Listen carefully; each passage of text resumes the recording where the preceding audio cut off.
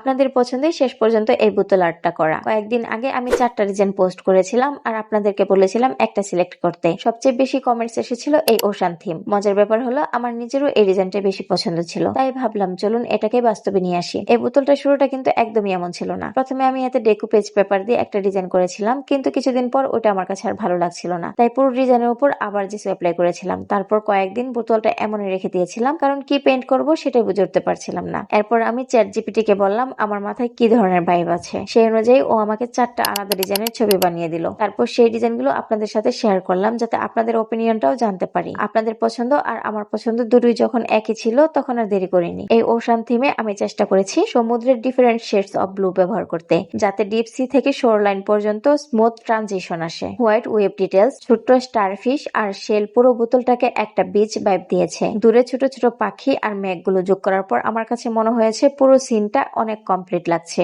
সবচেয়ে ভালো লাগার বিষয় হলো যে বোতলটা একসময় আমার একদমই ভালো লাগছিল না, সেটাই এখন আমার ফেভারিট প্রজেক্টের একটা। তো বলুন আপনাদের ডিসিশন কি সঠিক ছিল?